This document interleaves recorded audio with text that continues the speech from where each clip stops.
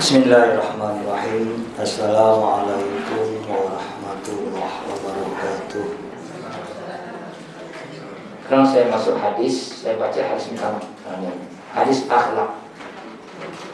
Sangat penting hadis akhlak. Bagaimana nilai akhlak itu dengan amal. Jadi akhlak itu hadis daripada Abu Daud al-Sahih mengatakan inna sahiba husnil khulqi la yablu'u fi darajati sahibi shaum was shalah. Orang memiliki akhlak yang baik itu akan sampai tingkatnya pada orang derajat yang banyak puasa dan banyak sholat. Ya, akhlak itu lebih tinggi dari ibadah sunat. Kenapa? Ibadah sunat hanya sunat, pahala wajib. Ya. Maka kenapa orang dulu itu tak banyak ibadah, hanya yang wajib-wajib. Akhlaknya jangan tanya. Betul kan? Mak-mak kau dulu ibadah 5 waktu aja, yang lainnya akhlak paling baik dengan jiran, paling baik dengan masyarakat, akhlak paling baik. Sekarang kau ibadah jangan tanya banyaknya, akhlak pun jangan tanya rusaknya. Ini konsep penting akhlak ya. Kata ma syai'un askal fi mizanil mu'min yaumal qiyamah akhulqin hasanin. Tidak ada sesuatu yang lebih berat dalam timbangan amal di padang mahsyar nanti kecuali pada akhlak yang baik. Hadis dan Tirmizi. Timbangan amal kau nanti, amal baik ditambah, masuk sholat, puasa, masuk semua, dah. Dosa kau banyak. Karena kita tiap hari banyak dosa, banyak ibadah. Saya soal, mana banyak? Sama, yakin? Ya. Kata Nabi, umatku satu hari dosa 70, yakin tak? Banyak amal. Ada tak amal kau 70? Ya. Maka yang akan menambah paling banyak kepada nilai ibadah kau apa? Akhlak. Kenapa? Akhlak engkau yang baik dapat pahala paling banyak. Satu. Di antara akhlak tadi ada sabar segala macam. Apalagi sabar. Engkau caci maki orang, sabar. Dihina orang, sabar. Dapat pahala tak?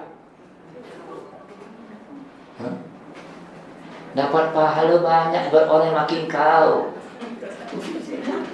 Ada pahala yang dicari, ada pahala tak payah dicari. Mana nak? Pahala tak payah dicari, enak tak? Orang maki engkau, alhamdulillah. Engkau dapat pahala tanpa amal. Pahala tanpa amal, betul? Dan itu kan memperberat timbangan. Kalau tak engkau lah banyak pahala engkau, akhlak engkau merusak timbangan. Muflis. Coba muflis. Orang banyak pahala sedekah, pahala sholat, pahala zikir, pahala baca Quran, semua pahala dibuat. Tiba-tiba datang orang kedua mazalim, orang-orang yang dizalimi. Ya Tuhan, dia menipu saya, ambil pahala untuk orang ditipu. Ya Tuhan, dia marah saya, ambil hina saya, ambil pahala untuk orang yang dihina. Habislah pahala engkau bagi semua orang yang kau maki. Kau tinggal apa? Kosong. Masih untung kalau kosong, tak masuk surga neraka. Yang baik kan kosong. Masih ada minta lagi. Dia dah pada habis, akhirnya dosa dia untuk engkau. Hati-hati ya. Jangan-jangan kita masuk neraka karena dosa orang kita terima. Sebab pahala sudah habis. Ini ketika akhlak. Maka dulu akhlak sangat penting. Hari ini akhlak sangat tak penting. Ibadah kita betul, tapi ingat akhlak lebih penting. Kerana ibadah ada dua, wajib dan sunat. Betul. Akhlak hanya wajib, tak ada sunat. Akhlak baik semua wajib, akhlak buruk semua haram. Ingat, tak ada akhlak makruh, tak ada akhlak sunat, wajib atau haram. Dan hidup kita ini 24 jam penuh dengan akhlak. Kepada siapa saja? Kepada orang, kepada alam, kepada binatang, kepada tumbuhan. Ini akhlak semua. Kepada Allah lebih tinggi lagi, izin Allah. Tapi yang paling itu dengan orang, binatang. Karena sampai nanti kalau kata hadis Nabi, seekor lembu pun akan mengadu kepada tuan kau pernah pukul lembu tadi. Mana? Dapat lari daripada akhlak. Kucing, hati-hati. Engkau boleh pukul kucing kalau perlu. Kalau tak perlu jangan kau pukul-pukul sama-sama. Tak ada hobi. Dalam undang-undang Islam di Aceh zaman dahulu, ada kitab saya mana saya pernah baca. Dalam undang-undang Aceh zaman dahulu di Aceh, seorang yang pernah memukul lembu di tengah jalan tanpa salah lembu, maka kesaksiannya tak akan dipakai dalam mahkamah. Kerana sudah termasuk fasik. Sampai tingkat macam itu. Ini sangat penting, akhlak sangat penting. Itu akhlak ini. Maka kalau akhlak mulia, insya Allah. Maka ini kena askal fil mizan. Kata hadis Tirmizi, hadis Hasan, hadis sahih. Kemudian lagi, ya Rasulullah, suila so'an aksari maidul nas al-jannah. Apa yang paling banyak orang masuk surga? Katanya takwa Allah wa husnul khuluqi. Takwa kepada Allah dan akhlak yang baik. Katanya akhlak baik itu mau orang. Pahala ibadah itu hanya sampai kepada kematian. Betul? Ibadah mati selesai kan? Engkau lagi remat mungkin beribadah tak kan? Pahala akhlak itu engkau sampai pada masa. Amal jariah kan pada masa. Tengok. Jadi ini yang pahala baik pada masa. Nanti engkau dapat engkau betul. Man yassarallahu man yassarahu. Allah mudahkan orang mudahkan di padang mahsyar, paling mudahkan orang di dunia. Allah akan mudahkan di padang mahsyar urusan engkau kalau engkau memudahkan orang di mana bagi di akhirat bagaimana? Akhlak itu paling sampai kepada padang mahsyar. Ini soal penting. Kita hanya anggap akhlaknya dulu, akhlak itu padang mahsyar paling banyak dapatnya. Di dunia apa dapat biasa, pahala biasa. Jadi ada 3 pahala kan. Kalau pahala engkau sampai mati ibadah, pahala engkau sampai kiamat amal jariah. Benar macam sampai orang pakai kau buat masjid sampai kiamat engkau dapat pahala. Dikubur. Selama ada masjid dipakai orang. Kenapa hanya kiamat sampai. Pahala akhlak itu sampai padang mahsyar. Kenapa mak engkau dulu kalau belanja pukul 8 pagi, balik pukul 11 siang? Kenapa? Balik dari pasar, semua rumah dia singgah, betul kan? Itu akhlak.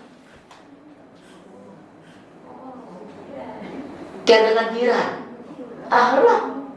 Walaupun hanya hello di depan pintu, depan pagar pun cakap mungkin akhlak. Tengok. Kan soal belanja 20 menit. Lebih banyak dia tidak ada 5 rumah singgah semua. Kalau kota belanja paling banyak, singgah lagi. Ego. Kau jumpa orang, say hello pun tak. Hari ini. Dulu jumpa orang kenal, cakap sekali, betul kan? Ini konsep akhlak kita harus seimbang. Ini kita sibuk ibadah tanpa akhlak, rugi kita. Ibadah lakukan, akhlak sempurnakan. Konsep bukan dia menjadi orang yang apa akan banyak masuk surga dan orang baik itu. Maka akmalal mu'mina imanan, yang paling sempurna imannya adalah ahsanuhum khuluqan, yang paling baik akhlaknya. Sempurna iman dengan akhlak. Basic iman dengan ibadah, betul. Sempurna iman dengan akhlak. Saya kata masuk surga mudah, betul kan? Buat yang wajib surga, insyaallah, betul kan? Tapi untuk dapat surga paling tinggi itu susah. Surga boleh masuk satu basicnya, tapi untuk naik tingkat tak semua orang dapat. Untuk masuk cukup ibadah, untuk naik tingkat akhlak. Untuk masuk dengan ibadah, tapi untuk naik sempurna tinggi cari yang paling tinggi. Maka Nabi paling akhlak, paling baik akhlaknya, paling baik dengan akhlak rumahnya, paling baik akhlak dengan jirannya, paling baik dengan kampungnya, terbaik. Kita ini banyak baik ibadahnya, akhlaknya, zikirnya panjang, tapi mulutnya juga berzikir panjang, mulut juga, menghina orang mulut juga, ghibah mulut juga, panjang juga. Tengok, tolong akhlak itu menjadi kunci engkau sebetulnya menjadi orang yang menjadi orang-orang yang anna ja'imu bi baitin fi rabbil jannah liman taraka mira wa in kana muhiqqan wa yati fi jannah liman taraka kid wa in kana mazihan wa yabitu fi al-jannah liman husnul khuluquhu. Hadis dari Abu Hurairah, hadis sahih. Aku pimpin surga ke Nabi, maka akan ada bagi orang akan di rumah surga dapat surga paling tinggi orang yang tadi dia mengalah tarkul mirak, meninggalkan pertengkaran walaupun dia benar. Meninggalkan pertengkaran walaupun dia benar dapat pahala paling tinggi, surga paling tinggi. Dan kalau dia meninggalkan pertengkaran, kalau dia meninggalkan tarkul kitab, dan dia meninggalkan dosa walaupun hanya bercanda bergurau. Ingat ya, tak boleh pun berdusta dengan gurau. Meninggalkan dusta walaupun untuk gurau tak boleh. Tengok. Dan akan surga paling tinggi di mana? Husnul khuluquhu, dan surga paling tinggi itu orang yang paling baik akhlaknya. Hadis Abu Daud tentang akhlak yang mulia sebetulnya. Maka saya nak Abraham tentang akhlak dia, tingkatan akhlak paling tinggi karena kita ni tak tahu agama kita hanya banyak mengajarkan ibadah. Akhlak tak menjadi fokus. Yang lucu akhirnya Melayu tak fokus akhlak, fokus ibadah. Orang bukan Melayu fokus akhlak. Kenapa? Dia ada ibadah, dia tak ada ibadah, tapi morality paling tinggi. Morality, dan dia itu kebaikan dia. Hanya sayang dia kafir, maka tak dapat berasa di akhirat, dia dapat di dunia. Baik di dunia dapat di, kalau kita baik di dunia dapat dunia dan itu bedanya sebut. Jadi persoalan hati, Allah amin. Wassalamualaikum warahmatullahi wabarakatuh.